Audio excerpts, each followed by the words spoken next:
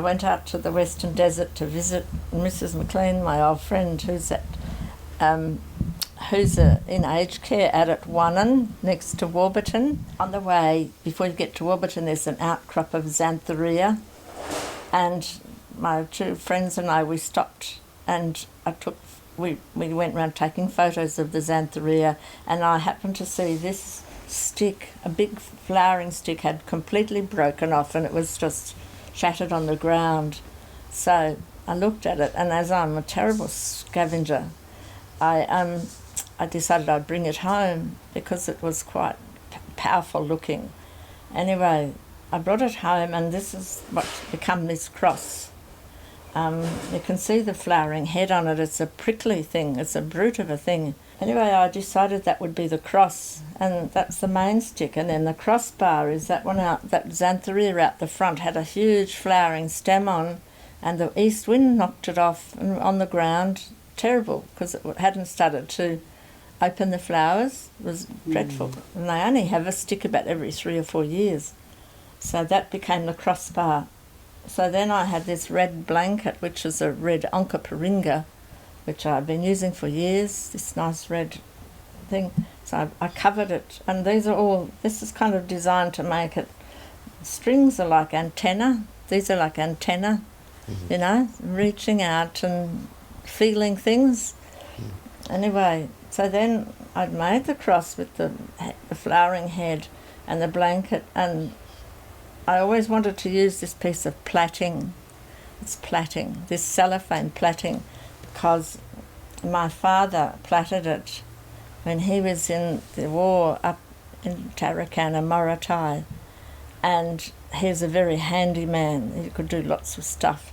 And those days everybody smoked, and the cigarette packets had cellophane wrappings on, quite a substantial piece of cellophane. So he would collect it.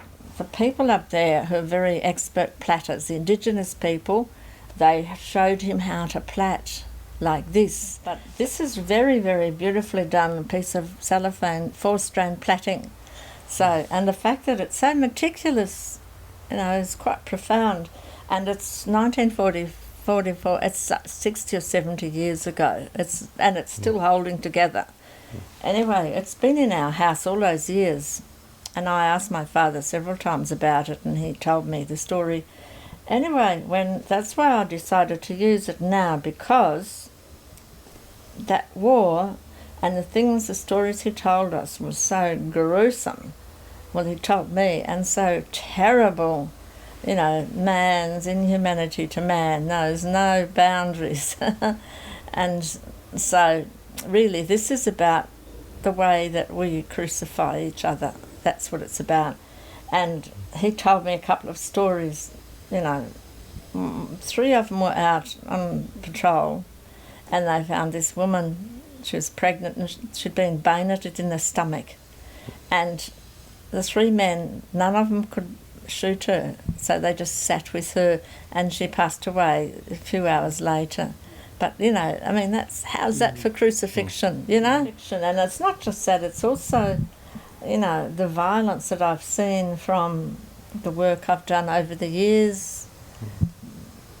It's just, we all know it's dreadful, you know. And so really, this is what this is about. This is about man crucifying man. As I called it, the crucifixion of the fathers. And my art's always a very personal social statement. You know, it's got to have a meaning for me. I really want to show this is an answer to a question, and that's really an answer to a question.